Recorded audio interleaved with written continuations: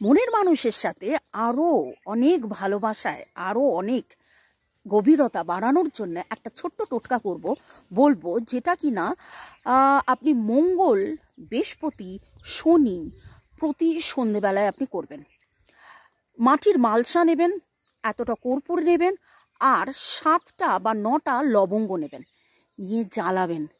জ্বালানোর সময় মনের যাবতীয় রাগ, ক্ষোভ, দুঃখ, ঝগড়া ঝাঁটি, অশান্তি যা কিছু হয়েছিল মনে মনে ভাববেন সব একদম মিলিয়ে মিশে একদম সেগুলো পুড়ে যাচ্ছে, একদম পুড়ে গিয়ে কেবলমাত্র ভালোবাসা থাকছে।